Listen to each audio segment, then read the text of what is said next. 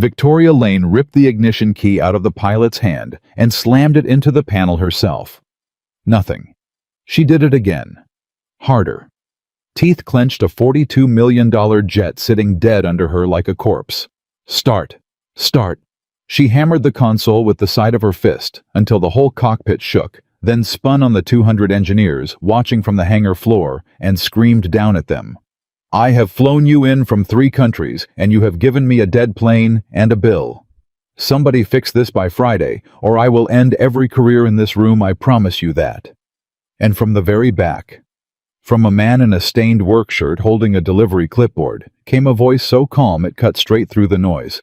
You're all looking where the problem shows up, not where it starts. Before we go one step further, put your city in the comments right now so I can see how far this story travels tonight. And if you've ever been the man everybody wrote off, the quiet one in the corner, nobody bothered to ask. Do me a favor and hit that subscribe button, because the delivery guy is about to humiliate every genius in that hangar in under 15 minutes, and the choice he makes at the end is going to stop your heart. Stay with me. The key was still swinging in the ignition when Victoria Lane realized every phone in the hangar was pointed at her. She never lost it. That was the brand.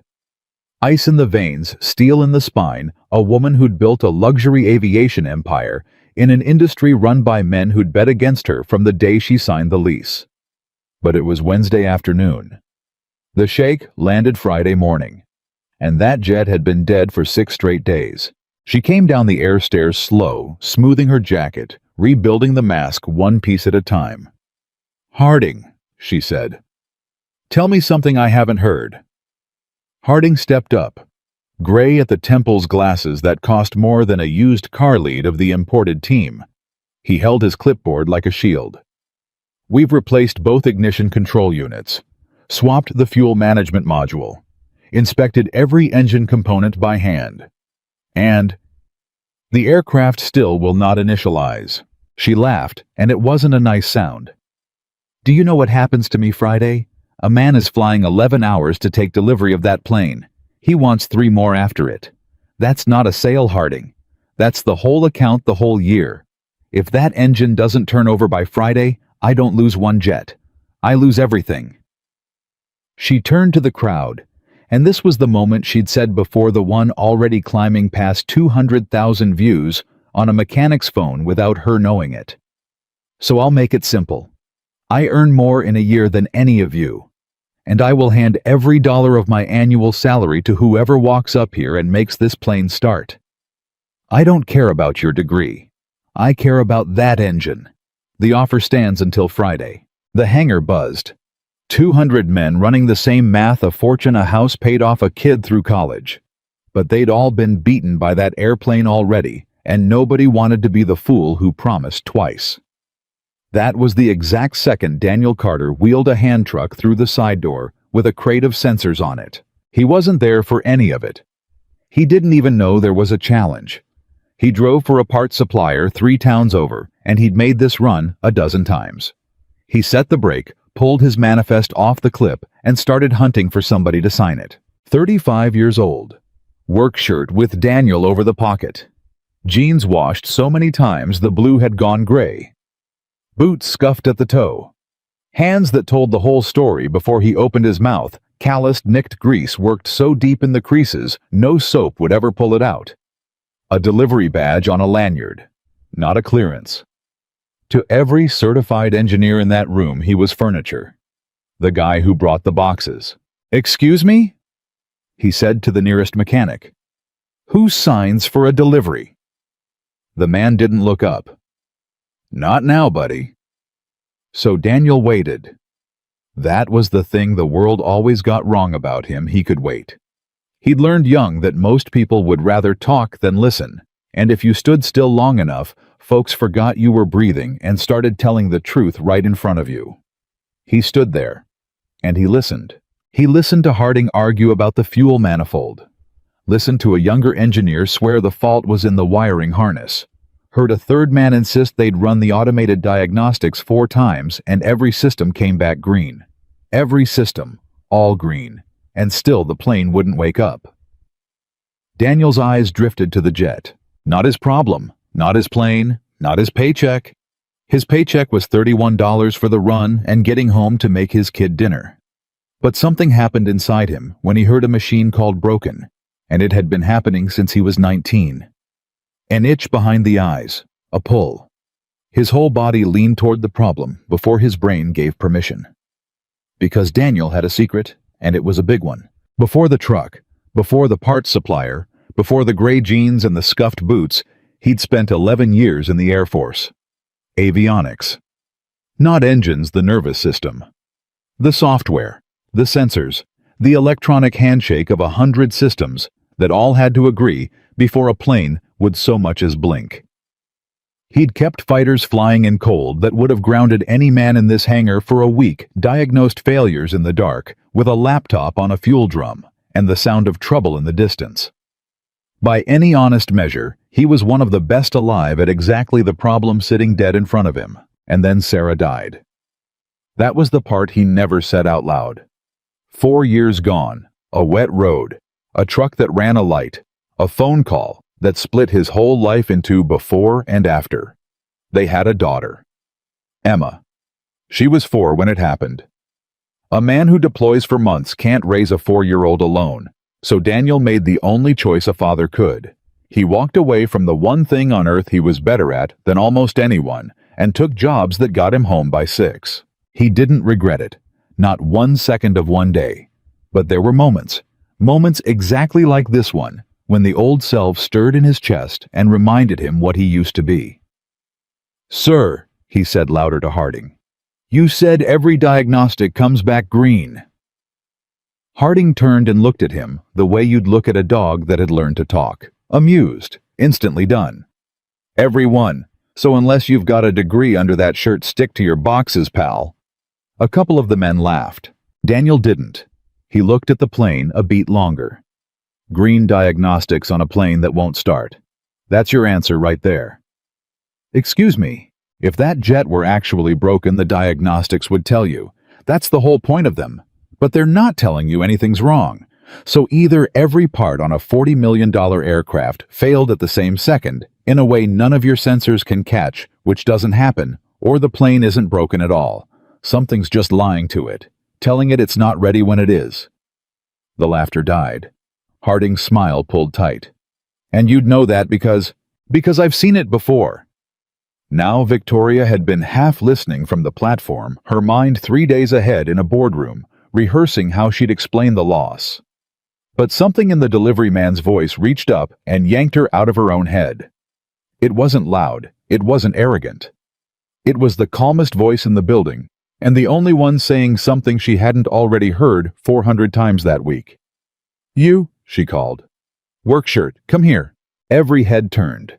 Daniel actually glanced behind himself. She pointed. She meant him. He left the hand truck where it stood and crossed the floor, and you could feel the whole room rearranging around the strangeness of it, this ordinary man in the pale jeans walking up to face the woman who'd just offered a fortune. "Name," she said. "Daniel. Daniel Carter." "What do you do, Daniel Carter?" "Right now, I deliver parts." The engineers chuckled. Victoria didn't. She was watching his hands, his eyes, the total absence of the jittery, desperate energy she'd seen in every man who'd stood before her that week. "Right now," she repeated. That's a careful way to answer. "What did you do before?" He hesitated because before meant Sarah, and Sarah was a door he kept shut in front of strangers. "Worked on aircraft," he said. "A long time." "For who?" "Air Force. 11 years." The words landed different. A few engineers traded looks. Harding's jaw shifted a fraction. "Doing what?" "Avionics, the electronics, the software, the parts of a plane that talk to each other." He glanced at the jet. "The parts nobody up here's looked at, because your diagnostics keep swearing they're fine." Harding couldn't hold it. "Ms. Lane, this is theater. The man delivers boxes. We have 90 years of certified experience on this floor, and he's implying we all missed something a child could find. If it were the software, the system would flag it. That is the purpose of the system. That is the purpose of the system. Daniel agreed, and something in how flatly he said it made Harding stop cold. It's also the whole problem. You trust the system to tell you when something's wrong. But what do you do when the broken thing is the part that does the telling? Who checks the checker? Silence. For the first time in 3 days, Harding had nothing, and Victoria felt something move in her chest she almost didn't recognize because it had been gone so long. Hope. Small, careful, refusing to trust itself. But there. Daniel, she said, I've had the best paid engineers alive in this building for 3 days. Why should I believe you can do in an afternoon what they couldn't do in 72 hours? He didn't rush it, and the not rushing was its own authority. Every other man had been talking fast for 3 days and said nothing. I don't think I can, he said. I think I already know what it is. There's a difference. You could have heard a bolt hit concrete. That's a big claim. It is. Your people have been trying to fix the plane. I've been standing back there listening to it. It won't start, but nothing's damaged. It powers up, runs its checks reports, fine, then stops. Like it's waiting for a green light that's never coming. That's not a broken engine, ma'am. That's a plane that's ready to fly and can't get permission from itself to do it. I've fixed that exact thing more times than I can count, in worse conditions than this, on aircraft that mattered more than money. Harding scoffed, but it came out thin. You're describing a fairy tale. If the initialization sequence were corrupted, the built-in test would catch it. Would it? Daniel turned to him, and for the first time, there was an edge, not cruel, just certain the tone of a man who'd earned the right. The built-in test runs inside the startup sequence. If the damage is in the file that starts the test never runs clean enough to fail. It just doesn't finish. And a test that doesn't finish doesn't throw an error. It throws nothing, which reads as green, which is what you've all been staring at for 3 days. Nobody breathed, because it made a terrible, obvious kind of sense, and every certified man in that hangar felt the floor tilt an inch because they knew every one of them that not a single one had checked it. Why would you? The system said fine. You trust the system. That's what it's for. Victoria looked at Daniel Carter, this man in the pale jeans who'd walked in to drop off a crate of sensors and made a decision half the room thought was insane. 5 minutes, she said. The hangar erupted. Harding threw up his hands. 2 engineers talked over each other. Somebody said liability. Somebody said insurance. Somebody said the client's aircraft. Somebody said the sheikh. She killed all of it with one raised hand. 3 days, she said, not loud, but it reached every corner. 3 days, and the best of you handed me an invoice. This man walked off a truck and told me more about my own airplane in 90 seconds than I've heard all week. He gets 5 minutes. Anyone with a problem, the door's where you came in. Your invoice walks out with you. Nobody walked out. Daniel turned toward the aircraft, and for 1 second, one before he took a step, he thought about Emma. 11 now. She'd be off the bus in 2 hours, letting herself in with the key on the yarn necklace he'd braided her starting her homework at the kitchen table the way he'd taught her. She had no idea where her dad was. No idea that her quiet father, the one who packed her lunch, helped with her fractions, never once complained about the life he'd traded away, had once been trusted with machines. Most of these geniuses wouldn't be allowed within 50 feet of. He'd given it all up for her, every bit, and he'd do it again 1,000 times. But for the next 5 minutes, he got to be that other man again. The one from before. The one who was good. I need to plug in, he said. Not the engine, the avionics bay. He shouldn't be in there, an imported engineer snapped. If he corrupts the flight computer, I'm read only, Daniel said, already unclipping a scuffed field laptop from the bottom shelf of his hand truck. It was an old ruggedized thing, corners worn to bare metal, a unit that had plainly seen weather. You can't break a plane by listening to it. Harding stared at the laptop. You carry that on a delivery route. I carry it everywhere. He didn't explain. He didn't say it was the last piece of the old life he let himself keep, that some nights after Emma was asleep, he still opened it and read old diagnostic logs, the way other men looked at photographs. He crouched, popped the little panel nobody had bothered with, and plugged in. "Come on," he murmured. "Talk to me. Show me your startup." Lines of code scrolled up the screen. Where the engineer saw noise, Daniel saw conversation. His fingers moved fast, the muscle memory of 11 years coming back like it had never left. "Every plane's got a startup sequence," he said, not really to them. "Same as a body. Heart, then lungs, then eyes open. Then you stand up. In order. Every time. This bird gets the heart going, the lungs going, and then—" His hand stopped. "There. Right there." Victoria came down off the platform. She couldn't help it. "Right where?" "Your startup runs a checklist. 206 items. Confirms each one, checks it off, moves on. It's flying through them, 191, 95, 200. He tapped the screen. "And it stops at 201, every single time. Doesn't fail it, doesn't pass it, just sits there, waiting. Forever." "What's 201? "A sync file. A handshake." Daniel leaned in, face lit blue. "Two of the flight computers have to agree on the time down to the millisecond before the plane lets itself start. Safety thing. You never want two computers on a jet disagreeing about what time it is. So one says, 'It's this time,' the other says, 'Agreed,' and the checklist moves on. And one of them's stuttering. The file that carries the handshake is damaged. Not gone that'd throw an error. Just corrupted enough that the second computer can't read the timestamp. So it doesn't agree. And it doesn't disagree. It keeps asking. 'What time is it? What time is it?' And the first one keeps answering in a language the second one can't quite make out anymore. Two systems both working perfectly, stuck in a loop, asking each other a question neither can hear the answer to." The hangar had gone dead still. "That's it," Daniel said quietly. "That's your 6 days.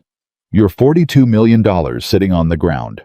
One corrupted handshake file about 11 kilobytes big. That's the whole thing."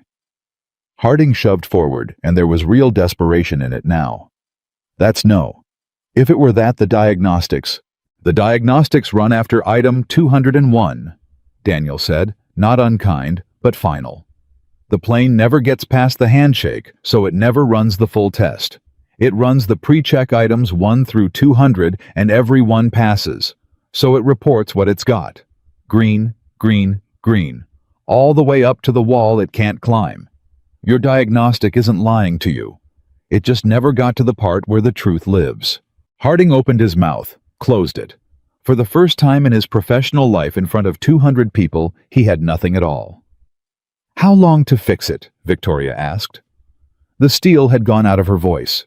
This was just a woman asking a man a question and meaning it. Daniel checked the screen. "Can't repair the corrupted file, damage is too deep, and I wouldn't trust it if I could.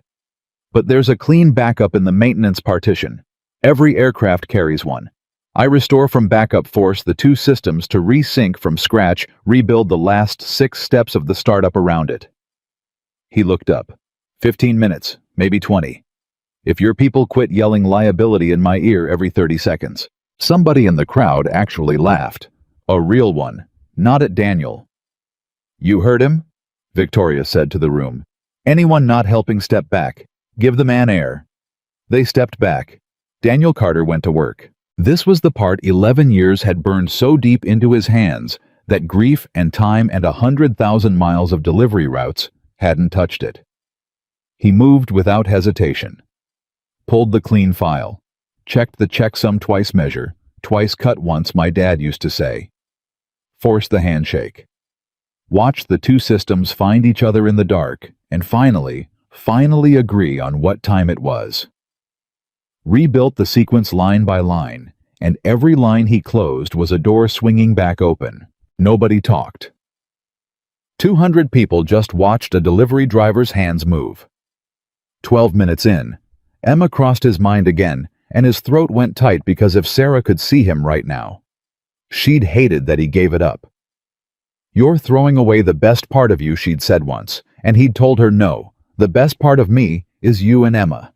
It had been true. It was still true. But God, he'd missed being the man who knew. "Almost there," he murmured. Almost. He typed the last line, hit enter, sat back on his heels. That's it. Try it. The whole hangar inhaled at once. Victoria didn't send a technician, didn't send Harding. She climbed the air stairs herself into the cockpit where 6 days of failure had lived and put her hand on the ignition. She looked back down the length of that dead machine to the man in the gray jeans kneeling by the panel with a scuffed laptop that had somehow known more than every certification in the building. "You're sure?" she said. "No," Daniel said honestly. "But she is. Go on." Victoria pressed the ignition. For one horrible half-second, nothing. Then the first engine caught with a rising howl, the second chased it a heartbeat later, and both spun up into a full-throated roar that shook the floor and rattled the tools on the benches and filled that enormous hangar wall to wall with the sound of $42 million coming back to life. Nobody cheered. Not at first. It was too big for that. 200 engineers just stood in the noise and stared at the delivery man on his knees by the open panel, who wasn't even looking at the plane. He was looking at his old laptop, closing the lid gently, the way you'd close a book you loved. Then somebody started clapping. And then it was all of them, a wall of applause you couldn't even hear over the engines, hands and hands and hands for the man they'd laughed at 15 minutes before. Victoria killed the engines. In the ringing quiet, she came down the air stairs slow and walked straight across the floor, past Harding, past every certified genius she'd flown in from 3 countries, and stopped in front of Daniel Carter and put out her hand. He got up off his knees and shook it. His palm was rough as bark against hers. 6 days, she said, not quite steady. 6 days, and you did it in 12 minutes. Wasn't 12 minutes, Daniel said. Was 11 years and 12 minutes. Something crossed her face. She understood exactly what he meant, and it cost her to hear it. Daniel. She still hadn't let go of his hand. I made a promise in front of 200 witnesses and a camera that's apparently already halfway across the internet. My entire annual salary. Every dollar. It's yours. You earned it standing up while men who make 10 times what you make sat down. She finally released him. I'll have the papers drawn tonight. You'll never drive a delivery route again. And the whole hangar leaned in because every person there knew what that money meant to a man in a stained work shirt and washed-out jeans. Every one of them was already writing the ending in their head, the struggling single dad, the fortune, the life changed forever, the happy tears. Daniel Carter looked at Victoria Lane's outstretched offer. He thought about the apartment with the yarn key, about Emma's college, about Sarah and what she'd tell him to do. And then he did the one thing not a single person in that hangar saw coming. No, he said gently. Thank you, ma'am, but no. The whole room stopped breathing. I'm sorry, Victoria said. I don't want the salary. I'll take a fair day's pay for a fair day's work, same as always. But your money, all of it. He shook his head slowly, and there was something in his eyes now that hadn't been there before. Something older than the plane, older than the grief, something his own father had put there a long time ago. No, because I want to ask you for something worth a whole lot more than that.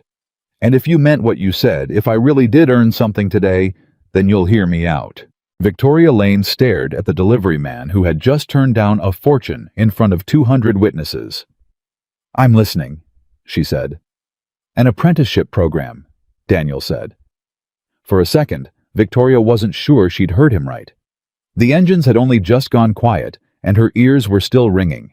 And here was this man in the pale jeans turning down more money than most of these engineers would see in a decade, and asking for something she didn't even understand yet. A what? An apprenticeship program, he said again steady, like he'd thought about it his whole life, and just never had a reason to say it out loud until this exact minute. You take your salary, the money you just promised me, and instead of writing me a check, you put it into training. Kids who can't afford it. Young people from families like mine. You teach them to do what I just did. Harding made a sound in the back of his throat, half a laugh, like the whole thing had finally tipped over into something absurd. You're joking. I've never been more serious in my life, Daniel said, and he didn't even turn to look at him. Victoria held up a hand before Harding could say another word. She was studying Daniel the way you'd study a banknote you weren't sure was real, holding it up to the light, looking for the thing that gave the counterfeit away. And she couldn't find it. That was what unsettled her. In 30 years of business, she had learned to read people in about 4 seconds, what they wanted, what they were hiding, the price they'd take. And she could not read this man at all. "Let me make sure I understand you," she said slowly. "I am offering you enough money to walk out of here and never work another day of your life. Enough to move your family out of wherever you're living into wherever you want. Enough to fix every single problem money can fix. And you're telling me you'd rather I give it to strangers?" "They're not strangers to me," Daniel said. "I was them. That's the whole point." The hangar had gone quiet again, but it was a different quiet than before. Before, it had been the silence of 200 experts watching a delivery driver do the impossible. Now it was the silence of 200 people realizing they were watching something they didn't have a category for, and it made a lot of them deeply uncomfortable because a man who turns down money is a man you can't predict, and people don't like what they can't predict. Victoria came a step closer. Her voice dropped, and for the first time it wasn't the CEO talking. It was just a woman quiet asking a real question. "Why?" And Daniel Carter, who had spent 4 years keeping the door shut, opened it. "Because my father died broke," he said. "And he was the smartest man I ever knew." Nobody moved. "He could fix anything," Daniel went on. "Anything with a motor, anything with a circuit, anything that was supposed to work and didn't. He taught me everything I know before I ever put on a uniform. And he did it for 32 years, in a garage that never made him more than enough to just barely get by, because nobody ever gave him a shot at anything bigger. Not because he wasn't good enough. He was better than good enough. He was better than every man in this room." Daniel's jaw tightened. But he didn't have the paper. He didn't have the certificate. He didn't have the right last name or the right zip code or the right somebody to vouch for him. So he stayed in that garage his whole life, and everything he knew, everything it died with him. In a hospital bed, on a Tuesday. And I stood there holding his hand and I thought, all that knowledge, all that genius, and it's just going into the ground with him. Gone. Like it never existed. Victoria didn't say anything. She couldn't. "He told me one thing before he went," Daniel said. "He grabbed my hand, and he could barely talk by then. And he said, 'Danny, knowledge is worth nothing if it dies with the person who owns it.' That was it. That was the last real thing he ever said to me." Daniel's eyes were wet now, but his voice didn't break. "So no, ma'am. I don't want your salary, because if I take that check and I walk out of here, then what I know what he knew, it just makes one man comfortable, and then it dies with me too. Same as it died with him, and I am not going to let that happen. Not while I can do something about it." For a long moment, the only sound in that enormous hangar was the tick of cooling metal from the engines Daniel had brought back to life. Then Victoria Lane, who had thrown a clipboard across the room not 2 hours before, who had threatened to end the careers of everyone present, who had built her entire life on never letting anybody see her flinch, turned her face away from the crowd so they wouldn't see what was happening to it. "You have no idea," she said quietly, "what you just did to me." "Ma'am," she turned back. Her eyes were rimmed red, and she didn't bother to hide it now. "My grandfather," she said. "He built engines. Not this." She gestured at the gleaming $42 million machine. "Not this. Real ones, in a shop with a dirt floor. He came to this country with nothing, and he built engines with his hands until they were ruined, and he put my father through school on it. And my father put me through school, and I built all of this on the back of a man who worked himself to death in a garage that nobody ever gave a shot to." Her voice caught. "I have spent my whole career surrounded by men with degrees telling me what's possible. And I forgot. I forgot where I came from. I forgot that the smartest man I ever knew never made it past the 8th grade." She looked at Daniel like she was seeing a ghost.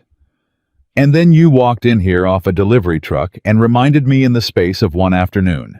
Harding, who had been standing off to the side with his arms crossed, cleared his throat. He was not a bad man exactly. He was a proud one, and pride was making this hard for him, but even he could feel the ground had shifted so completely under his feet that there was no getting his old footing back. "Ms. Lane," he said, and his voice had lost every ounce of its earlier scorn. "For what it's worth, he's right. About the program. He's right about all of it." He swallowed. "I've got a certificate from the best engineering school in the country hanging on my office wall, and I stood in this hangar for 3 days and I could not find what that man found in 90 seconds by standing in the back and listening. Maybe the paper isn't the thing. Maybe I forgot that too." It was everyone present understood about the hardest thing a man like Harding could possibly say. And the fact that he said it out loud in front of 200 people who had watched him fail told you everything about what had just happened in that room. Victoria was quiet for a moment. Then she made a decision, and when Victoria Lane made a decision, you could see it happen something in her spine, some old steel snapping back into place, except now it was pointed somewhere new. "No," she said. Daniel blinked. No, I won't do what you asked." She let it hang there just long enough for the disappointment to start crossing his face, and then she stepped on it. "I'll do more. You asked me to fund a program with my salary, 1 year of it. Do you have any idea how insulting that is?" A ghost of her old sharpness came back, but it was warm now, almost playful. "You want a training program? Fine. I'm going to build you a training academy. Not 1 year of my salary. Every year of it for as long as I run this company. Full facility. Real aircraft to work on. Instructors. Housing for the kids who need it. And it's not going to have my name on it, and it's not going to have this company's name on it." She looked him dead in the eye. "It's going to have your father's name on it." "What was it?" Daniel Carter's mouth opened, and no sound came out. "His name," Victoria said gently. "Tell me your father's name." "Raymond," Daniel managed. "Raymond Carter. The Raymond Carter Academy of Aviation Technology," Victoria said, testing the shape of it in the air, and even as she said it, you could tell it was already real to her. Already built, already full of kids who hadn't been born into the right zip code. "How does that sound?" Daniel didn't answer because he couldn't. His hand had come up to cover his mouth, and his shoulders were shaking, and this man who had knelt calm and sure by an avionics panel while 200 experts held their breath, this man who hadn't let his voice break once while he talked about his dying father, finally completely came apart. Right there on the hangar floor. And nobody laughed at him this time. Nobody even moved. Because there is a particular thing that happens when a strong man cries in front of people, a kind of hush that falls, a recognition that you are seeing something true. Victoria let him have it. She didn't rush him. She just stood there, this billionaire in her $1,000 jacket, waiting for a delivery driver to be able to speak again. And somehow, that image, more than anything else that had happened all day, was the thing the mechanic with the phone would later say he'd never forget. When Daniel finally got himself together, he wiped his face with the back of a calloused hand and let out a shaky laugh. "I'm sorry," he said. I don't do that." "I know," Victoria said. "That's how I know it's real." He would have... Daniel stopped, started again. "My dad, he would have walked into a place like this and felt like he wasn't allowed to touch anything. His whole life he felt like that, like the good stuff was behind glass for other people. And you want to put his name over the door." He shook his head slowly. "I don't have words for that, ma'am. I don't." "Then don't use any," she said. And she put out her hand a second time. He shook it. And this time it wasn't the handshake of a boss and a hired hand or a rich woman and a poor man. It was just two people who'd found out in the middle of the worst week of one of their careers that they'd come from the exact same place. But the moment couldn't hold forever, and it was Harding of all people who broke it, not out of cruelty this time, but out of something almost like eagerness, a man looking for a way to be useful again. "Ms. Lane, if you're serious about this, about the academy." He hesitated. "I'd like to teach in it, if you'd have me, and I mean that. I've spent 20 years billing companies 6 figures to tell them what they already knew. Maybe it's time I gave something back to somebody who doesn't already know it." He looked at Daniel, and there was real humility in it now. assuming Mr. Carter here would let a man with a certificate anywhere near his father's academy. And Daniel surprised everybody, including himself, by laughing. A real one this time. "Are you kidding?" he said. "You think my dad would have turned away a man who wanted to learn? He'd have had you in that garage by sundown with grease up to your elbows." "The certificate's not the problem, Harding. It never was. The problem's the men who think the certificate is the whole story." He clapped him on the shoulder. "You just proved you're not one of them. Not anymore." Something moved across Harding's face that looked a lot like relief. It was, everyone agreed later, the strangest afternoon any of them had ever spent in that hangar. A dead plane, a thrown clipboard, a fortune offered, and refused a billionaire in tears, and a man everyone had laughed at now standing at the center of it all as if he'd been there the whole time. And it should have ended there. It would have been a perfect place to end. But it didn't end there, because at that exact moment, the side door opened, and a woman in a Meridian Aviation polo came half running across the floor, with a phone held out in front of her like it was on fire. "Ms. Lane," she said, breathless. "Ms. Lane, I'm sorry to interrupt, but you need to see this. Now." "What is it?" "The video." The woman turned the phone around. "Someone posted it. The whole thing. You the challenge and him." She pointed at Daniel. "The whole fix. All of it. It went up 90 minutes ago." She swallowed. "It's got 4 million views." The number landed in that hangar like a physical thing. 4 million, Victoria repeated. "And climbing. Fast. It's Ms. Lane. It's everywhere. It's on every platform. People are—" The woman glanced at Daniel, almost apologetic. "People are calling him things. The delivery guy who beat 200 engineers. There are already articles. There's a hashtag." She looked slightly ill saying it. "People want to know who he is." Daniel felt the blood drain out of his face. He had spent 4 years being nobody in particular. That was in a way the entire point of the delivery job. You show up, you drop the boxes, you leave. Nobody remembers your face. It was safe. It was quiet. It let him be exactly the kind of invisible a grieving man needs to be while he figures out how to keep breathing.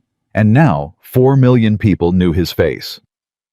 "Take it down," he said. The woman winced. "Sir, I don't think we can. It's been shared too many—" "Take it down." There was an edge in his voice now that nobody had heard yet, not even during the fix. It was fear, though it came out sounding like anger. "Please, I've got a daughter. She's 11. I don't want her—" He stopped. His hand had gone to his chest without his meaning it to. "I don't want this. Any of it. I never wanted this." And here is where Victoria Lane did the thing that told you exactly why she'd built an empire and kept it. She didn't argue. She didn't tell him it would be fine, that it was a good thing, that fame was a gift. She read the panic in his face in about half a second, the way she read everything, and she moved. "Everybody out," she said. "Now. The hangar's closed. Marcy, kill the internal cameras and get legal on the phone about the video. I want to know our options in 10 minutes, not an hour. Harding, you and your people. Thank you. Your work here is done, and I mean that we'll settle up, and there'll be more to talk about soon. But right now, I need this floor clear." She was already steering Daniel by the elbow toward a glass-walled office off the side of the hangar, away from the crowd, away from the phones. "And nobody gives out this man's name. Are we clear? The first person who leaks who he is doesn't work in this industry again. That is not a threat. That is a fact." The hangar began reluctantly to empty. Inside the little office with the door shut and the blinds half drawn, Daniel sat down hard in a chair and put his head in his hands. "Breathe," Victoria said. "Just breathe for a second. You don't understand," he said, not looking up. "Emma, my daughter, I've spent 4 years trying to give that kid a normal life. After her mom. A normal, quiet, boring life, where nobody's looking at us and nothing's on fire.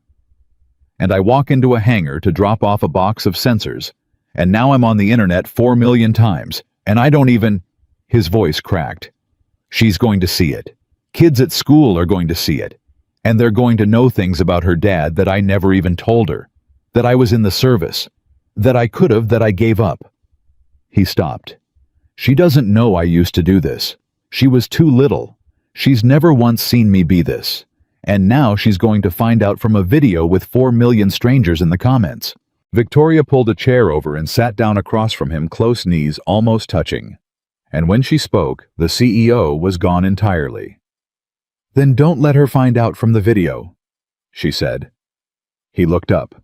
You've got, 2 hours before she's home, Victoria said. Maybe less now, so you don't let some stranger's phone tell your daughter who her father is. You go home, right now, and you tell her yourself. You sit that little girl down and you tell her everything you just told all of us. About her grandfather, about the garage, about what you gave up and why and who you used to be before you became the dad who packs her lunch. Her voice was steady and low. Because here's the thing, Daniel. That video is going to reach her one way or another. You can't stop that now. Nobody can. But you can decide whether she hears the story from 4 million strangers or from the one person who actually lived it. She leaned in. You want to protect her? That's how you protect her. Not by hiding. By getting there first. Daniel stared at her. You're good at this, he said finally, and there was something almost like a laugh in it, wet and exhausted. The talking people into things. It's the only thing I'm good at, Victoria said. You're the one who's good with the planes. He wiped his face again and stood up, and something had settled in him, some decision made. I need to go home, he said. I need to be there when that bus drops her off.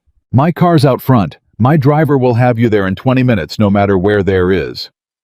She held up a hand before he could protest. Don't argue with me about the car, Daniel. You turned down my entire salary. The least you can do is let me give you a ride. That got a real laugh out of him. He was at the door, hand on the knob, when he stopped and turned back. Why are you doing all this? He asked. The academy? The car? Keeping my name out of it. You got your plane. You could have written me a check and moved on with your Friday. Why does any of the rest of it matter to you? And Victoria Lane, who had an answer for everything, who had built a life on never being caught without a reply, took a long moment before she spoke. Because for 30 years, she said, I have been the most important person in every room I've walked into. And in about 90 seconds this afternoon, standing in the back of my own hangar in a stained work shirt, you made me feel like the smallest person in this one. And I needed that. She met his eyes. You reminded me I built all of this to matter. And somewhere along the way, I started confusing mattering with winning. They're not the same thing. You knew that already. You've known it your whole life. That's why you turned down the money. She shrugged, and for just a moment she looked almost shy, an expression that surely no one in that company had ever seen on her face. I'm 48 years old, and a delivery driver taught me the difference between mattering and winning in one afternoon. So, that's why the rest of it matters. Because you gave me something worth a lot more than a working airplane, and I don't intend to let that go unpaid, even if you won't take a check for it.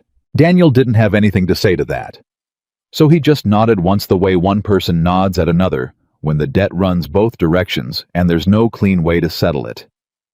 Then he opened the door and walked out through the empty hangar, past the plane he'd raised from the dead, out to a waiting car he never asked for, to go home and tell an 11-year-old girl the truth about her father, before the rest of the world could tell it to her first. And as the car pulled away from Meridian Aviation, Daniel Carter looked out the window and did the math he'd been avoiding all afternoon.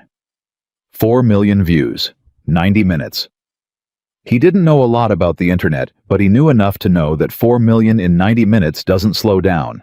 It speeds up. By the time Emma's bus came around the corner, it might be 10 million. By tonight, who knew? He'd spent 4 years making himself invisible.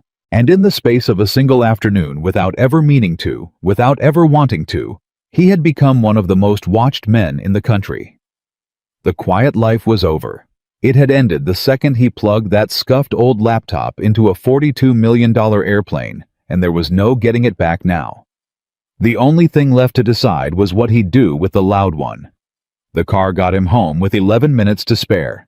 Daniel thanked the driver, told him he didn't need to wait, and stood at the bottom of the stairs to his building, trying to remember how to breathe like a normal person. 11 minutes. That was how long he had to figure out how to tell his daughter something he'd been protecting her from for 4 years.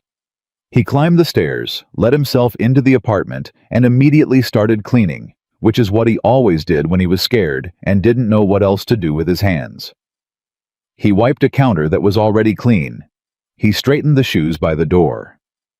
He looked at the framed photo of Sarah on the bookshelf and said out loud to a woman who'd been gone 4 years, "I don't know how to do this one, honey. I really don't." And then he heard the bus brakes hiss at the corner and the little squeal they always made, and his whole chest seized up. The front door banged open the way it did every single afternoon, and Emma came through it, backpack first, already talking, before she was fully inside. "Dad. Okay, so Madison said her cousin has a horse, but I looked it up and it's actually a pony. There's a difference, and can we get a—" She stopped. She looked at him.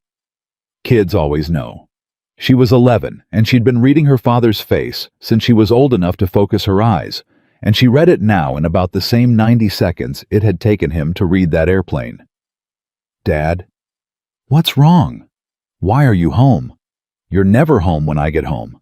"Nothing's wrong," he said. "Come sit down for a second. I've got something I want to tell you, and I want you to hear it from me first." "Okay, just me." Emma did not sit down. Emma stood right where she was, backpack still on one shoulder, and her lower lip did the thing it did, and she said, "You're scaring me. Is it Grandma? Did somebody—" "Nobody's hurt," Daniel said quickly, hating himself for the way he'd scared her. "Nobody's hurt, baby. I promise everybody's fine. It's kind of a good thing. It's just a big thing, and I need to explain it before you hear about it somewhere else." He patted the couch cushion next to him. "Please, sit." She sat, slowly, watching him the whole way down like he might be about to disappear.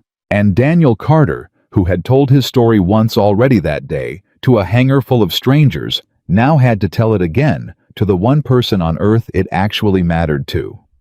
And it was so much harder the second time. Because strangers can hold a story at arm's length. But you hand your story to your kid, and it becomes part of who she is, and there's no taking it back. "You know how Dad drives the truck," he started. "Delivers parts. That's my job, you know that." "Yeah, but that wasn't always my job. Before you were born. And when you were really little, too little to remember. Dad did something else." He took a breath. "I was in the Air Force M for 11 years. Her eyes went wide. "You were in the Army, Air Force, but close enough. And I didn't fly the planes. I fixed them. The really complicated parts. The computer parts. The parts almost nobody knows how to fix. I was one of the best at it. In the whole country. That's not me bragging, baby. That's what I did. It's who I was." Emma was staring at him like he'd told her he used to be able to fly. "Why did you stop?" And here it was. The part he'd been dreading since the bus turned the corner. "Because of you," he said softly. "And because of Mom." Her whole face changed. "When Mom died," Daniel said, and his voice was very careful now, very slow. "You were 4. And that job, the Air Force job, it meant I had to leave sometimes. For months. And a little girl who just lost her mom cannot have her dad leave for months at a time, too. So I made a choice. And it wasn't a hard choice. Em, I want you to know that. It was the easiest choice I ever made in my life.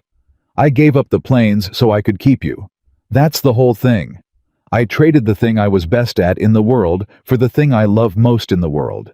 And I would do it again 100 times and never once look back." Emma was quiet for a long moment, and then she said the thing that 11-year-olds say that knocks the wind clean out of you. "So you gave up the thing you were good at because of me, and you never told me, because you didn't want me to feel bad." "Emma, that's so sad, Dad." And her eyes were filling up now. "That's the saddest thing I ever heard. You had this whole other you, this awesome you, and you just put it in a box because of me, and you never even told me it existed." And Daniel realized with a lurch that this had gone somewhere he hadn't planned. He'd braced for confusion, maybe fear, maybe a kid worried her dad was in trouble. He had not braced for his daughter to be heartbroken for him. That one he didn't have a defense ready for. "No," he said, and he took both her hands. "No, no, listen to me. You did not put me in a box. That's not Emma. Look at me. I didn't lose anything. You hear me? I didn't lose the planes. I just set them down for a while so I could carry you instead. And here's the thing. I actually came home to tell you the good part, the reason all this is happening today." He took a breath. "This morning I made a delivery to a big fancy hangar, and there was a plane there, a $40 million plane, and it was broken, and there were 200 of the smartest engineers in the whole world standing around it, and not one of them could fix it, for 6 days. And I stood in the back in my work shirt and I listened, and I knew what was wrong." Emma's tears had stopped. Now she was leaning forward. "You fixed it," she whispered. "I fixed it, in about 12 minutes, in front of all of them." And his daughter, this 11-year-old girl, who had spent her whole conscious life thinking of her father as the man who packed her lunch and drove a delivery truck, and was tired a lot, looked at him like the floor had just opened up and revealed that her dad had been a superhero the entire time. "Dad, there's more," he said, and he almost laughed at the look on her face. "The lady who owns the company, she was. So she offered me a bunch of money, a lot of money, Em, and I said no." "You said no?" Emma's voice cracked into a squeak. "Dad, we needed you. Always say we have to be careful with why would you say no to money." "Because I asked her for something better," Daniel said. "I asked her to build a school. A real school where kids who don't have a lot of money can learn to do what I do, what your grandpa did. And Em," his voice went thick. "She said yes. And she's going to name it after your grandfather, after my dad. There's going to be a whole building with Grandpa Raymond's name over the door, and kids are going to walk in there for years and years and learn everything he knew, so it never dies. So it never goes into the ground with somebody again." Emma was crying again, but it was a completely different kind of crying now, and she launched herself across the couch and wrapped both arms around her father's neck so hard it half choked him. "That's the best thing anybody ever did," she said into his shoulder. "That's the best thing ever, Dad." He held on to her. And for a second, just a second, everything was perfect and the loud world outside didn't exist, and it was just him and his kid on a worn-out couch, and he thought, if this is where it ends, if this is all I get out of today, then it was worth it. But it wasn't where it ended. Because Emma pulled back, wiping her face, and said, "Wait, you said you had to tell me before I heard it somewhere else. Heard it where? How would I hear about you fixing a plane?" Song. And Daniel's stomach dropped because of course she'd catch that. She caught everything. "Somebody filmed it," he said carefully. "At the hangar. The whole thing. And they put it on the internet." Emma went very still. "How many people saw it?" "Last I heard," Daniel said, "about 4 million. The number did to Emma's face exactly what it had done to the whole hangar. Her jaw came unhinged. And then, because she was 11, because she'd grown up in a completely different world than her father, she did not react the way he'd braced for. She didn't get scared. She didn't get worried. She grabbed his arm with both hands and said in a voice climbing toward pure ecstasy, "Dad, Dad, you're viral. Emma, you're a viral video. Do you know how people would kill to Madison's whole family, tried to go viral for like a year, and they never?" She was up off the couch now, bouncing. "Can I see it? Where is it? Can I watch it? Is it on?" "Emma, sit down." Something in his voice stopped her cold. She sat. "This is the part I need you to understand," Daniel said, and he was very serious now. "That video being out there, it's not all a good thing. When 4 million strangers know your face, it changes things. People are going to want stuff from us, reporters, maybe worse. Our quiet little life where nobody bothers us, where it's just you and me, that might be over for a while. And I need you to be ready for that. I need you to be careful. If anybody you don't know comes up to you and starts asking questions about your dad, a reporter, a stranger, anybody, you don't answer. You walk away and you call me. You understand." The excitement drained out of her, replaced by something more sober, and she nodded slowly. "Is it dangerous?" "No," Daniel said. And then, because he'd promised himself the day Sarah died that he would never again lie to his daughter to make her feel better, he corrected himself. "I don't think so, but I don't actually know. That's the honest answer. This all happened about 3 hours ago, and I'm still figuring it out, same as you. But I promise you this, whatever happens, whatever comes at us, I've got you. Same as always. That doesn't change. 4 million people or 400 million, I've got you." "Okay, okay," she said. And then softer. Grandpa would have thought the video was so cool. Daniel laughed, and it surprised him, and it felt good. He'd have hated the phone part and loved the plane part. Yeah. That was the exact moment his phone started ringing. Not his cell. His cell had been buzzing in his pocket for 2 hours. Numbers he didn't recognize, and he'd been ignoring all of it. This was the apartment's ancient landline, the one that only rang for robocalls and his mother-in-law. He looked at it. It was a local number he didn't know. "Don't answer it," Emma said suddenly, the cautious one. But something made him answer it. He'd think about that later, how close he came to letting it ring. "Hello. Is this Daniel Carter?" A woman's voice, older, careful. "Who's asking?" "My name is Ruth Delgado. I'm—" A pause, like she was steadying herself. "I'm sorry to call your home. I run a foundation. I found your number through, it doesn't matter how. Mr. Carter, I saw the video. Everyone's seen the video, but that's not why I'm calling." Another pause. "I'm calling because 30 seconds into that video, when you're standing in the back of that hangar, you say something. You say, you're looking where the problem shows up, not where it starts. And I have to ask you something, and it's going to sound strange, and I need you to bear with me." Daniel's grip tightened on the phone. "Okay. Did you ever serve at Ellsworth in South Dakota? Around 15-16 years ago?" The apartment went very quiet.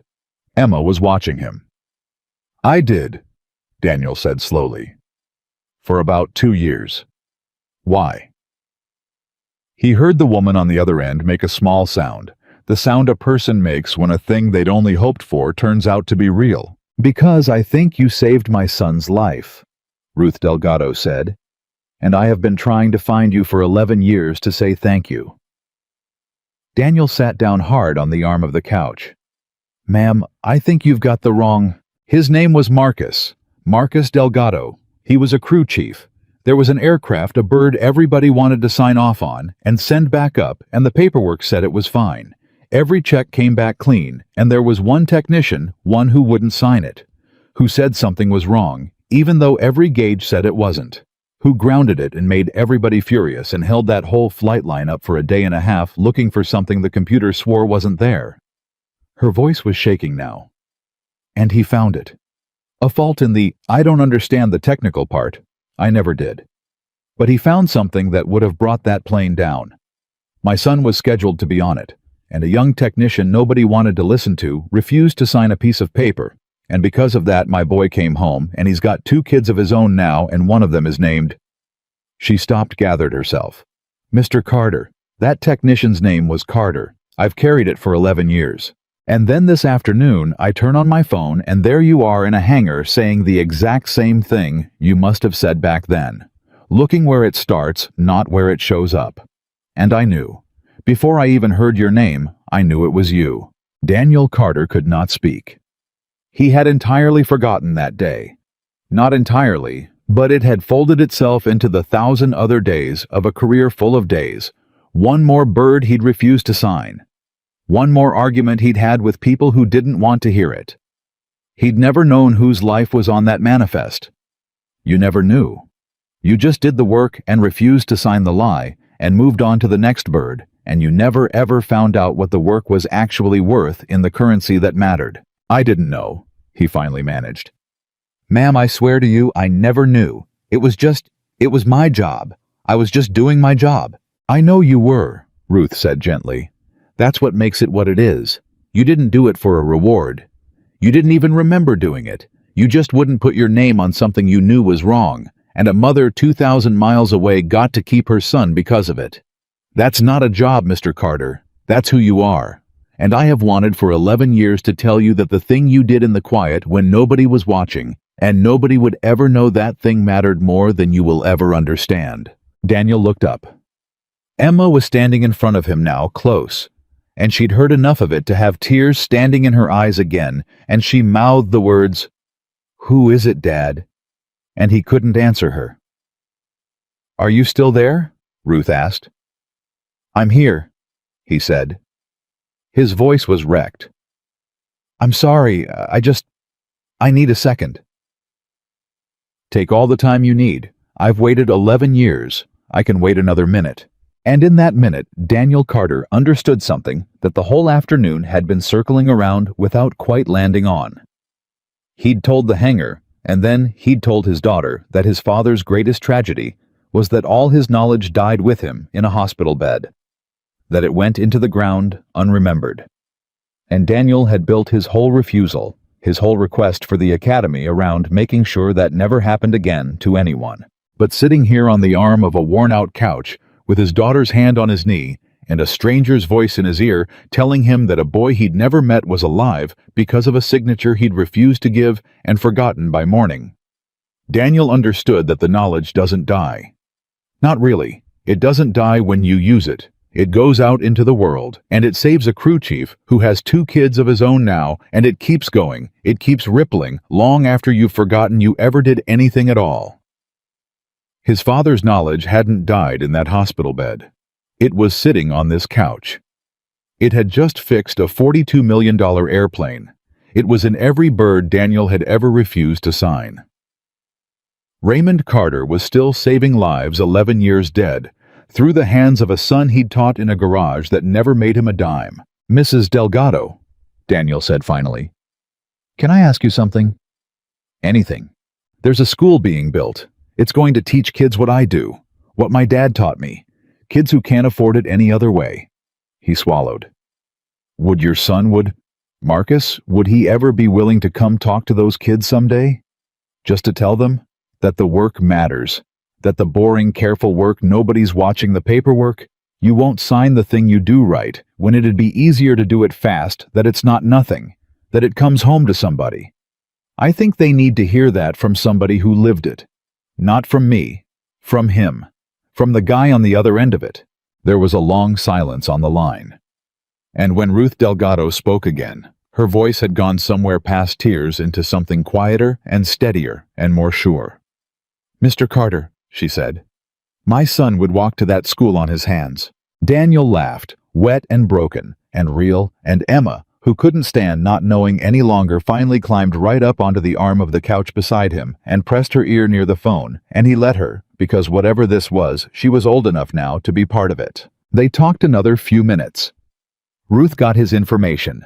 The real information promised to call the company, promised Marcus would reach out.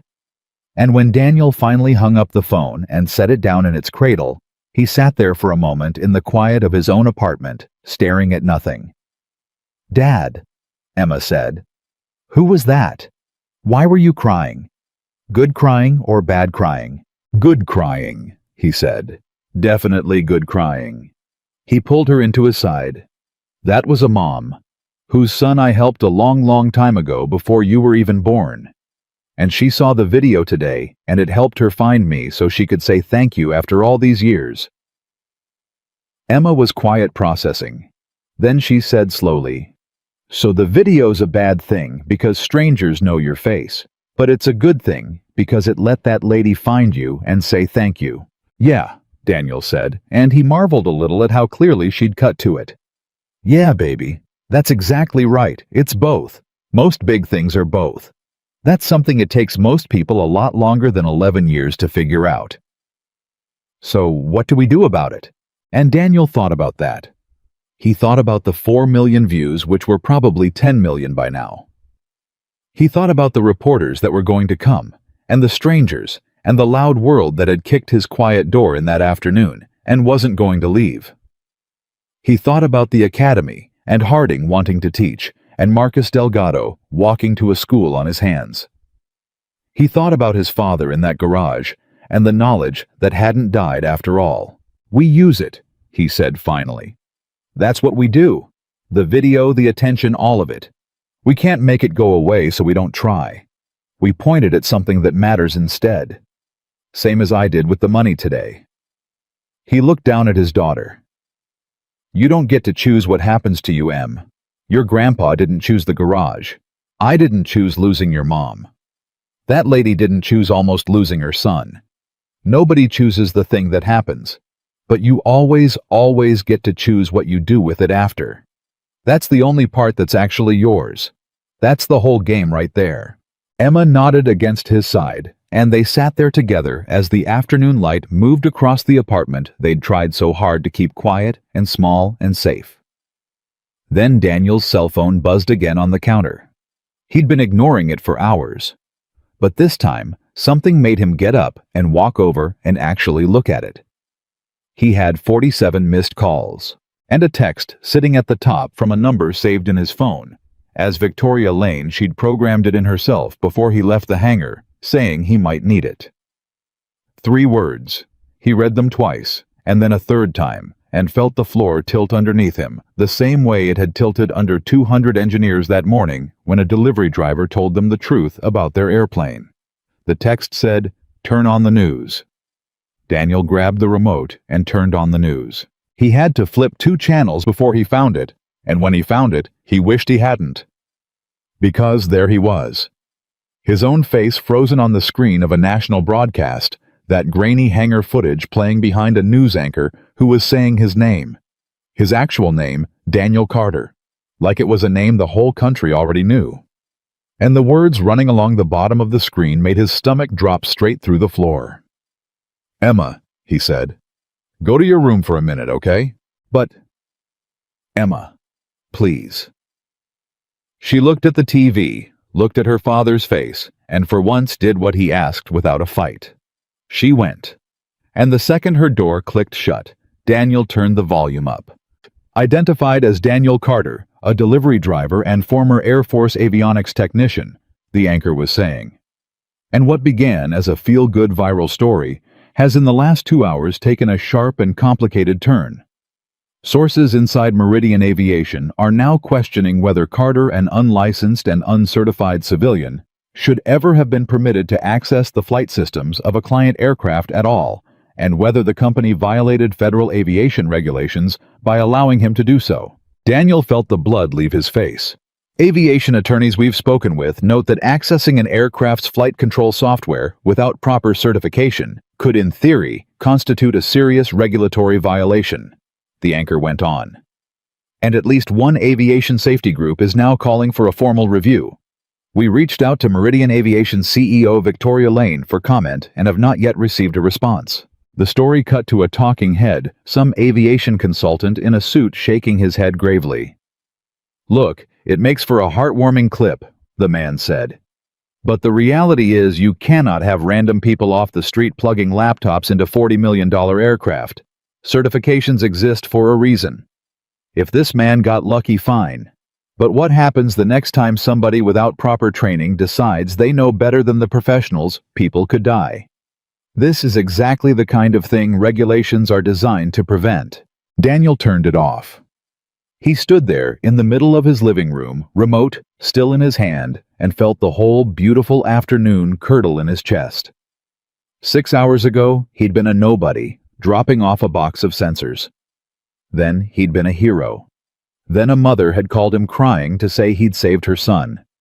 And now, apparently, he was a reckless civilian who might have broken federal law, and there were lawyers on television using the words, "people could die," over footage of his face. His cell phone buzzed again in his hand. Victoria. He answered it before it finished the first ring. "You saw it," she said. "No hello, straight to it the way she did everything. I saw it." "Okay, first thing. Are you all right? Is your daughter all right?" The question caught him off guard. He'd expected damage control. He'd expected a CEO worried about her company. He hadn't expected the first thing out of her mouth to be about Emma. She's in her room. I made her go before it got bad. He rubbed his face. Victoria, what is this? What are they saying? Did I do something illegal? Am I in trouble? No. Her voice was flat and certain, the voice of a woman who had already spent 2 hours on the phone with lawyers and knew exactly where every line was. You are not in trouble. Listen to me carefully, because I need you to hear this and believe it. You did nothing wrong. Nothing. You were read only. You never wrote to the flight controls. You restored a manufacturer's own backup file through a maintenance port, under the direct supervision and authorization of the aircraft's owner, which is me. Every single thing you did was legal, and I can prove it 6 ways from Sunday. That consultant on the news doesn't know what he's talking about, and he didn't watch the footage close enough to see that you told my engineers you were read-only before you ever touched the port. Which, by the way, is on the video. In your own voice. It's the best evidence in the world, and it's already public. Daniel let out a breath he didn't know he'd been holding. Then why are they saying, because it's a better story, Victoria said, and there was something hard and tired in it. Delivery driver saves the day was good for 1 news cycle. Was it actually dangerous and illegal is good for 3. They're not lying exactly. They're just asking loud questions they already know the answers to, because questions get more clicks than answers. Welcome to my world, Daniel. This is the part I live in every day. It's ugly, and it's loud, and it's mostly not about the truth at all. She paused. But here's what you need to understand. This can hurt you. Not legally you're clean, but your name, your reputation, your daughter's dad being the reckless guy who almost caused a disaster instead of the hero who saved the plane. That version can absolutely take root if we let it, and it'll follow you both. So I need you to trust me for the next 24 hours, and I need you to do exactly one thing. What? Nothing, Victoria said. Do absolutely nothing. Don't answer your phone. Don't talk to a single reporter. Don't post anything. Don't explain yourself. Don't defend yourself. Don't so much as open your front door to a stranger. I know every instinct you have is screaming to go out there and set the record straight. Don't. Because the second you say one word, they'll cut it into 100 pieces and use the pieces against you. Let me handle the noise. Noise is my whole career. You handle your daughter. That's the deal. Can you do that? Daniel walked to the window and looked down at the street, and his stomach dropped for a whole new reason. Because there was a news van parked at the corner, and as he watched, a second one pulled up behind it. Victoria. What? There are news vans outside my building. Silence on the line. Then, very calm, very fast. How many? 2. No, 3 now. Do they know which unit is yours? I don't think so. Not yet. Okay, listen to me. Close every blind in that apartment right now. Don't answer the buzzer. Don't answer the door unless it's me or somebody I send, and I'll text you a name so you know it's real. Keep Emma away from the windows, not because there's any danger, but because the last thing that little girl needs is a camera in her face when she doesn't understand what's happening yet. A pause. I'm sending a car. Not to move you. I don't want to move you moving. You looks like running, and running looks like guilt. I'm sending someone to sit downstairs so that you and Emma aren't alone in that building tonight with a crowd forming outside. Somebody in your corner. Is that all right? Daniel closed his eyes. 12 hours ago, this woman had thrown a clipboard at an airplane and threatened to end 200 careers. And now she was making sure a delivery driver and his kid didn't spend the night alone. He didn't fully understand how a person could be both of those things, but he was starting to. Yeah, he said. That's all right. Thank you. Don't thank me yet. This is going to get worse before it gets better. But Daniel, I promise you this. I have never once lost a fight over a story I knew the truth of. Not once in 30 years. And I know the truth of this one down to the millisecond. So, we're going to win. You just have to hold the line and let me swing. A beat. Go take care of your girl. I'll call you in the morning. She hung up. Daniel stood there a moment longer, then went and closed every blind in the apartment, one by one, the way you'd batten down a house before a storm. And then he went and knocked softly on Emma's door. "Em, can I come in?" She was sitting on her bed with her knees pulled up, and she'd been crying, and his heart cracked right down the middle, because he'd tried so hard all afternoon to keep the bad part away from her, and it had gotten to her anyway. It always got to them anyway. That was the thing nobody told you about being a parent, that you could stand between your kid and the whole world with your arms spread wide, and the world would still find the gaps. "I heard the TV," she said, "before you turned it off. I heard the man say people could die, and that you did something bad." Her chin was trembling. "Dad, are they going to take you away? Are you going to jail?" "No," Daniel said, and he crossed the room and sat down on the edge of her bed and took her face in both his hands. "No, baby. Look at me. I am not going anywhere. Nobody is taking me away. Not tonight, not ever. That man on the TV is wrong. He didn't watch the whole video, and he doesn't know what he's talking about. And there are already lawyers, good ones, the best ones who know. I didn't do anything wrong, and they're going to make sure everybody else knows it too. I promise you.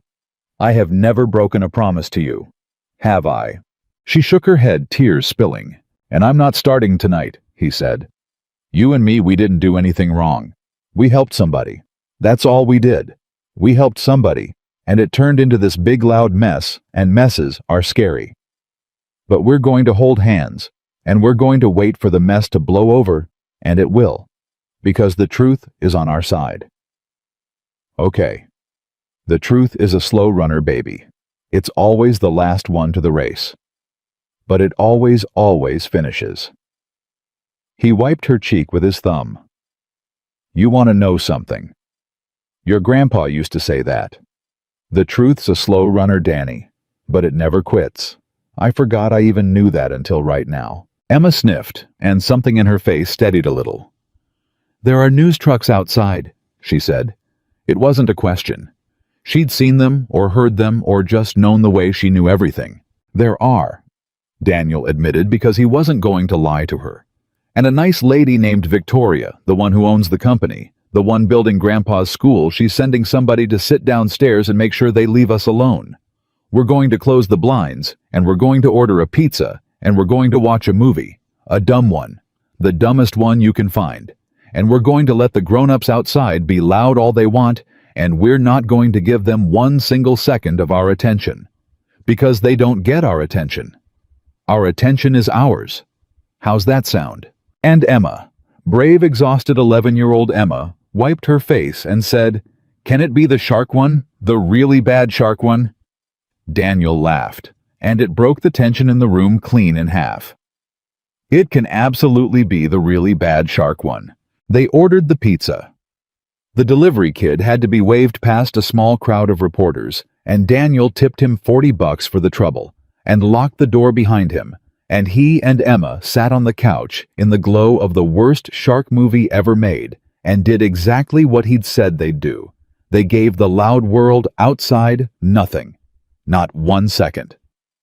And somewhere around the second act, with the fake shark eating a fake boat, Emma fell asleep against his side, and Daniel sat there in the dark, holding his daughter, and listening to the muffled sounds of the crowd on the street below. And he thought about how strange it was that the safest he'd felt all day was right now in the eye of the storm, with the blinds closed and his kid breathing slow against his ribs. His phone buzzed once more late near midnight. A text from Victoria. Just a name. "His name is Terrence. He's downstairs. He's ours." And then a minute later, a second text. "Get some sleep. Tomorrow we take it back."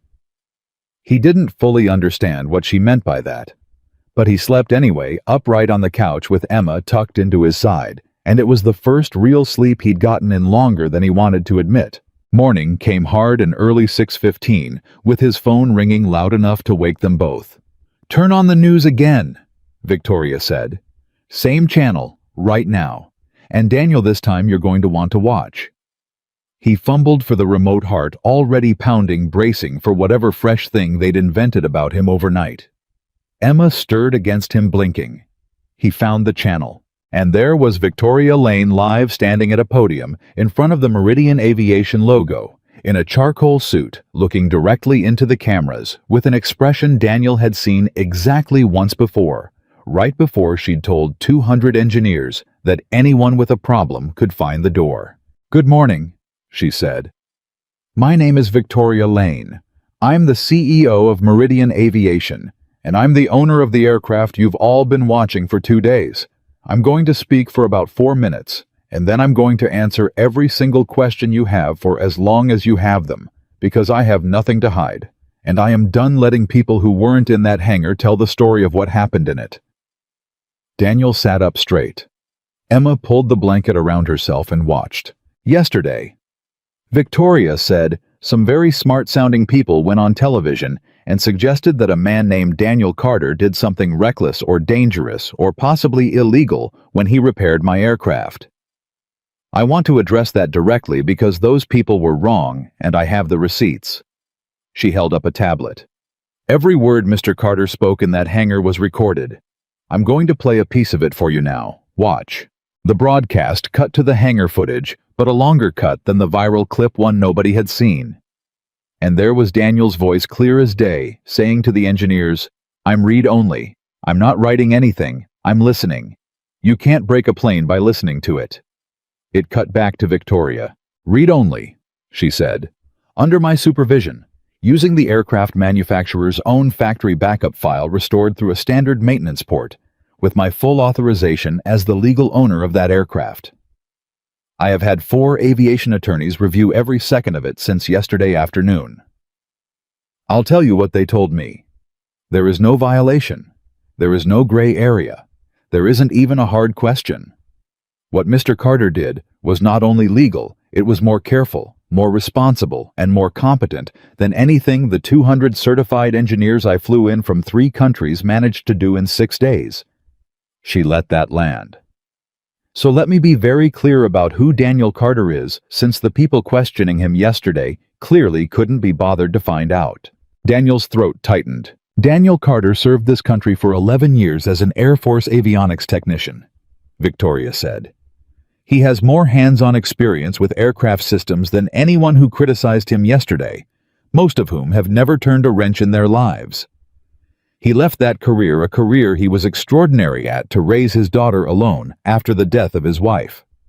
For 4 years, this decorated technician has been delivering parts and packing school lunches and asking nothing from anyone and telling no one what he used to be. And when he walked into my hangar by accident and solved a problem that had defeated the entire industry, do you know what he asked for in return? She paused. The room full of reporters was dead silent. I offered him my entire annual salary, Victoria said. On camera, in front of 200 witnesses. A life-changing amount of money for a man raising a child alone. And he turned it down. He looked me in the eye and he turned down a fortune, and instead, he asked me to build a school, a training academy for young people who can't afford a technical education. Kids from families like the one he came from. And when I asked him why, he told me about his father, a self-taught mechanic who could fix anything, who was smarter than every engineer I've ever hired, and who died with all of that knowledge unrecognized and unrewarded because nobody ever gave a man without the right paperwork a chance. Daniel realized he was gripping Emma's hand hard enough to hurt and eased off, and she squeezed back. So here's my announcement, Victoria said, and her voice rang out clear and final. Meridian Aviation is committing to fund in full and in perpetuity the Raymond Carter Academy of Aviation Technology, named for Daniel's late father. It will provide free technical training tools and housing to young people who have the talent and the will, but not the means. Our first class enrolls this fall, and to the aviation consultant who went on television yesterday and said, quote, "What happens the next time someone without proper training decides they know better than the professionals? I have an answer for you." She looked straight down the barrel of the camera.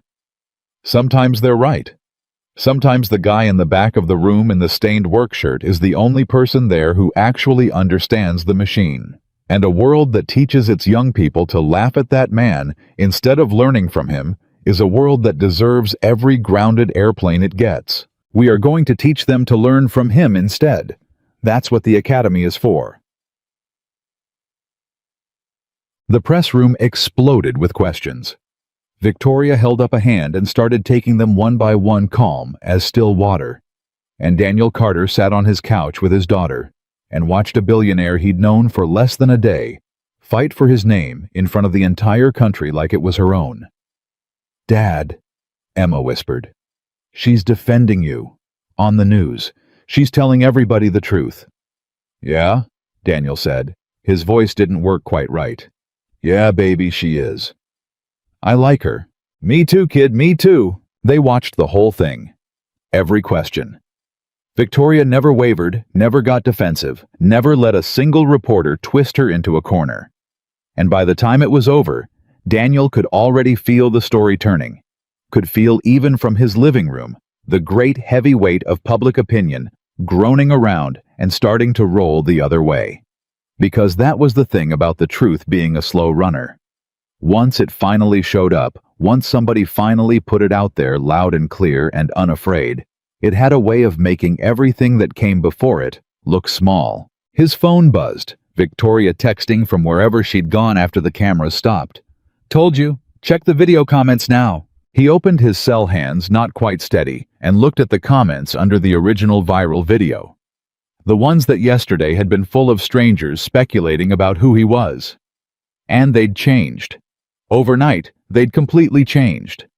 There were thousands of new ones, tens of thousands, and they weren't about a reckless civilian anymore. They were people thanking him. Veterans saying they served with guys like him, and nobody ever noticed. Single parents saying they'd given things up too, and it was nice to see somebody see it. And over and over and over, one word he kept scrolling past hundreds of times.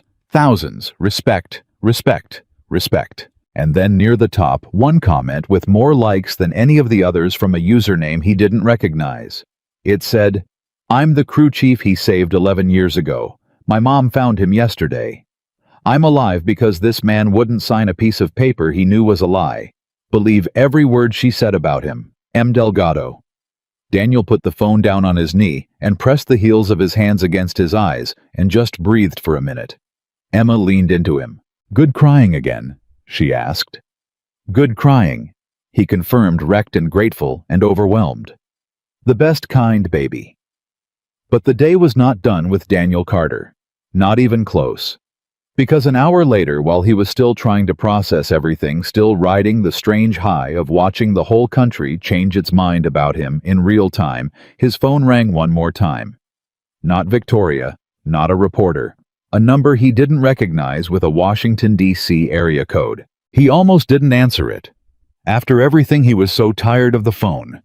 But something made him pick up the same something that had made him answer the landline the day before. The something that had been guiding his hand toward the right problem his whole life. "Hello." "Mr. Carter." A crisp official voice.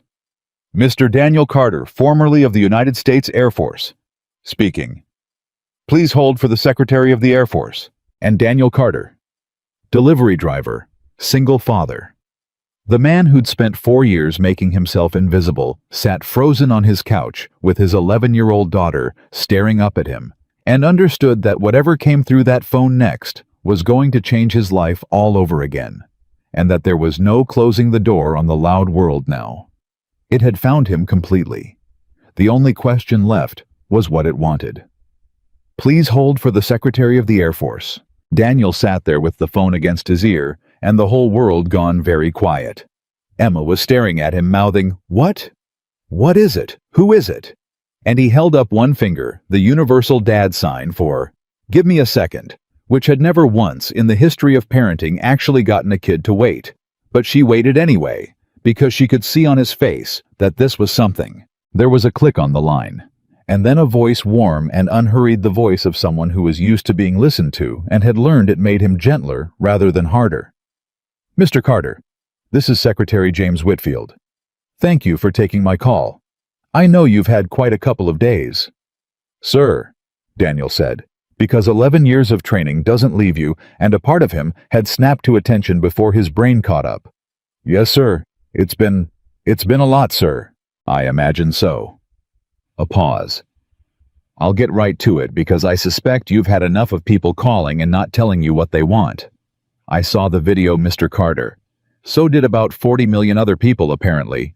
But I saw it a little differently than most of them, because I spent a long time around the flight line myself a long time ago, and I know exactly what I was looking at. I watched a man diagnose a synchronization fault by standing in the back of a room and listening. And then I did something I don't usually have time to do. I pulled your service record. Daniel's stomach tightened. Sir, 11 years, Whitfield said.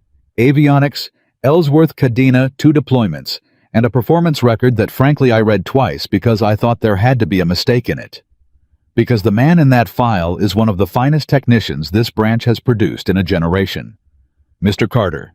And that man walked away 11 years ago, and until yesterday, nobody in my building had any idea where he went.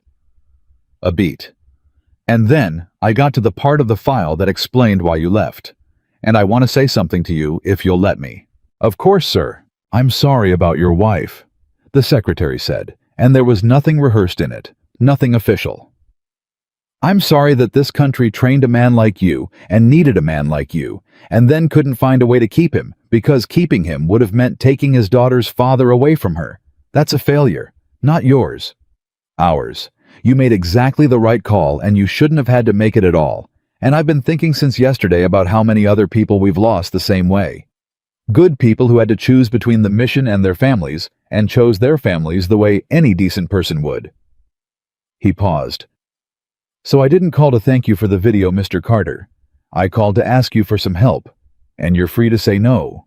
Daniel realized he was gripping Emma's hand again. She squeezed back. What kind of help, sir? I read about the school, Whitfield said. The academy this aviation company is building in your father's name. And it got me thinking. We have a real problem in this country, with technical knowledge dying out, the exact thing you talked about in that hangar. The old hands are retiring, and they're taking 60 years of knowing how with them, and it's going into the ground same as your father's did, and we are not replacing it fast enough. The certifications don't teach the thing you did in that hangar. You can't certify a man's ability to stand in the back of a room and hear what's wrong. That's not on a test. That comes from somewhere else. A pause.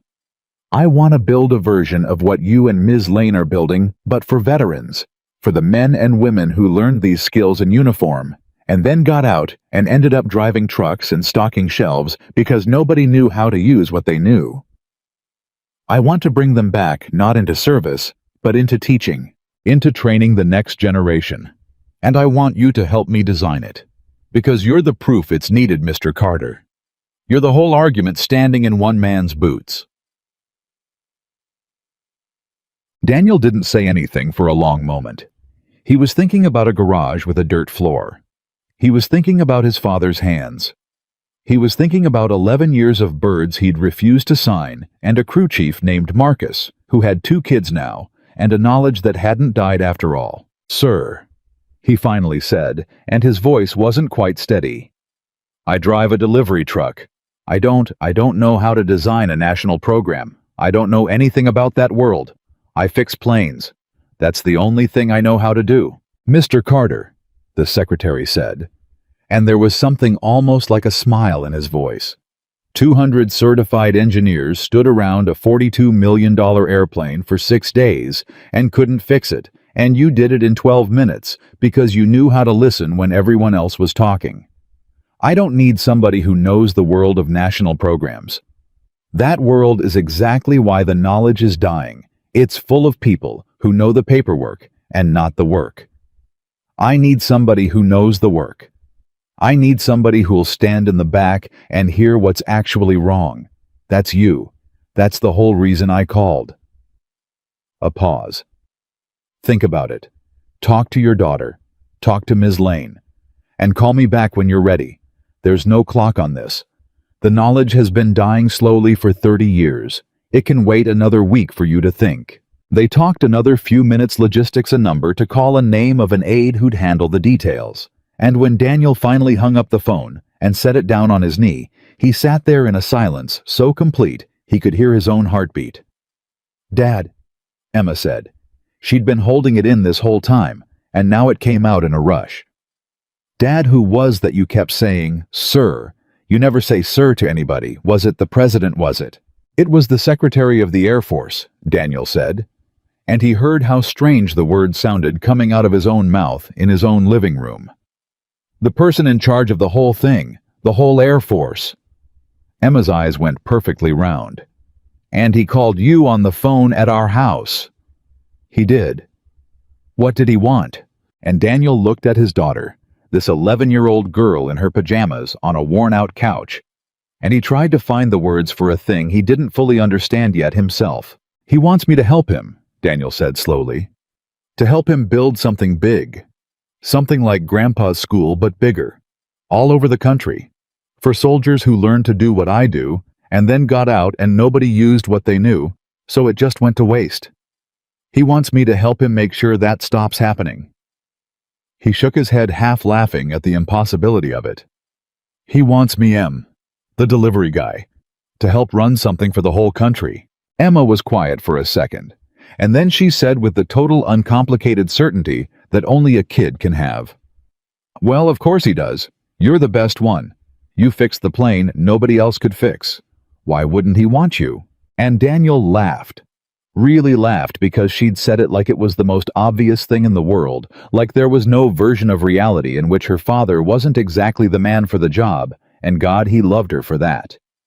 He loved that she'd never once, not for a single second of her whole life, doubted that her quiet dad was somebody special. She'd known it before the video. She'd known it before the plane. She'd known it when he was just the man who packed her lunch, and she'd been right the whole time. His phone buzzed. Victoria. I just got off the phone with the Secretary of the Air Force's office, she said, and even Victoria Lane, who was unshakable, sounded a little rattled.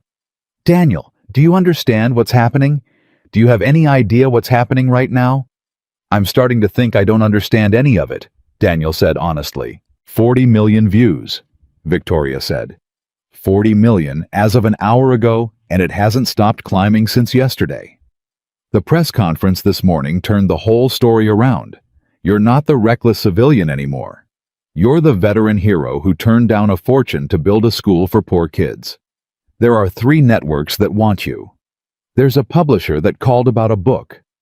There's a Daniel. There's a company, a competitor of mine, that called offering you a job for more money than I've ever paid anybody to be the face of their maintenance division. She took a breath.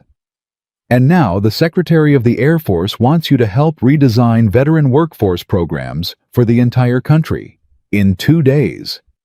You went from a delivery driver nobody would look at to one of the most sought-after people in the country in 2 days. I've been in business 30 years, and I have never seen anything move this fast. Daniel was quiet. Daniel, are you there? I'm here, he said. I'm just... Victoria, can I ask you something? And I need an honest answer, not a CEO answer. The real one. Always. If I say yes to all of it, the networks, the book, the big job, the thing with the secretary, if I say yes, and I chase all of it, what happens to Emma? There was a silence on the line. And when Victoria answered, it wasn't the voice of a woman who'd built an empire. It was the voice of a woman who'd lost something along the way to building it. She gets a dad who's on a plane 4 days a week, Victoria said quietly. She gets a dad whose face is on magazines and who's very important and who isn't there when the bus drops her off. She gets exactly the thing you gave up your whole career to protect her from. A pause. I'm not going to lie to you, Daniel. I've spent 30 years saying yes to every door that opened, and I'm very rich and very respected and very alone, and I did not have a single person to call when my own father died, except my assistant. So, you asked for the honest answer. That's the honest answer. The doors that are opening for you right now can take you very far away from that little girl, and nobody will even blame you for walking through them. That's the trap. Everybody will tell you it's the right call. Everybody will call it your big break. Daniel looked at Emma, who had picked the shark movie back up and was pretending not to listen and listening to every word. Then here's what I'm going to do, Daniel said. And I need your help doing it, because you're the only one who knows how this world works, and I don't. Tell me. I'm going to say no to almost all of it, Daniel said. The networks no. The book no. The big job with your competitor no. And not just because it's your competitor, but because I don't want to be the face of anybody's maintenance division. I don't want to be a face at all. I've spent 4 years learning that being nobody's face is the best thing that ever happened to me. He took a breath. But the secretary's thing, the veteran program, that one I want to do. But I want to do it my way. Not flying around the country 4 days a week. I want to do it from here, from home.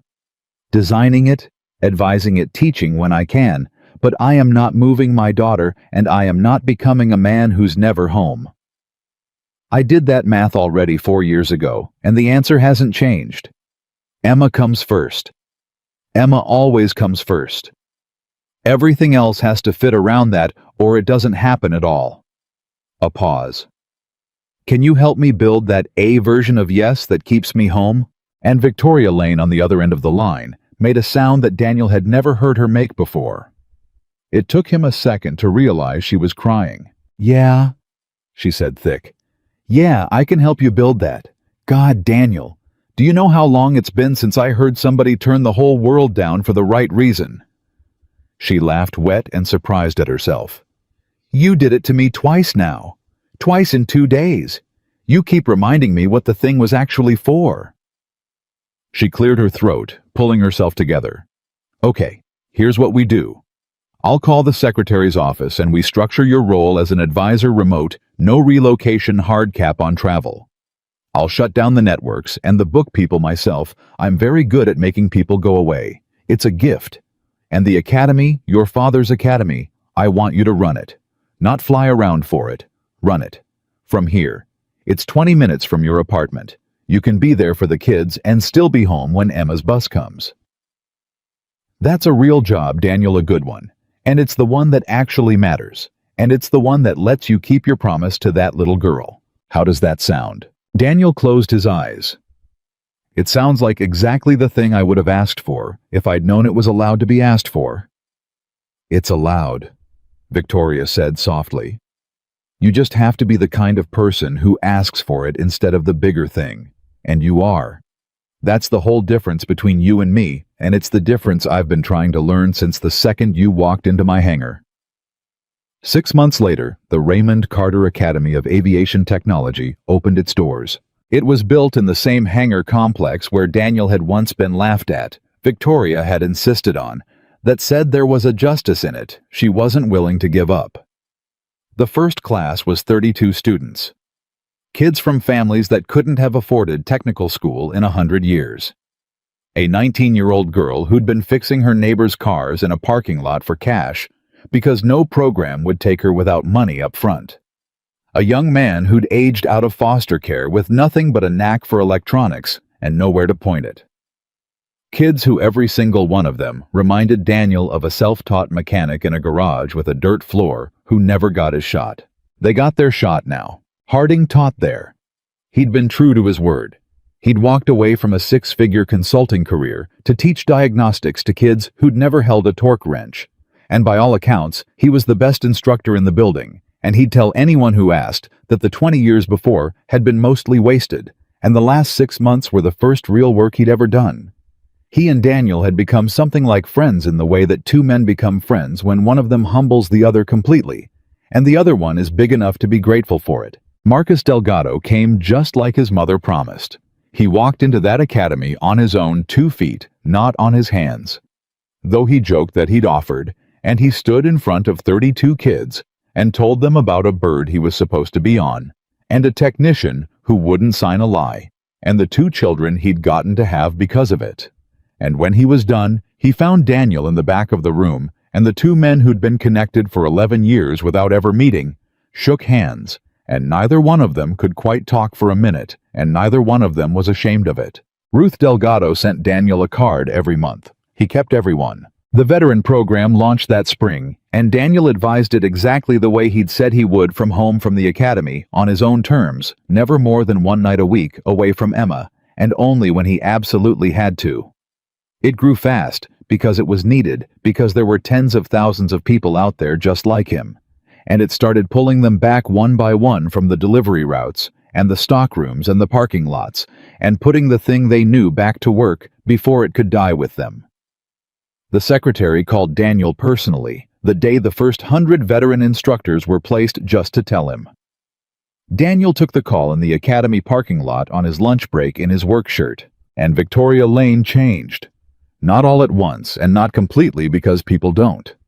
But she started leaving the office at a decent hour. She started calling Daniel and Emma just to talk, and then she started coming by for dinner, and then dinner became a standing Sunday thing.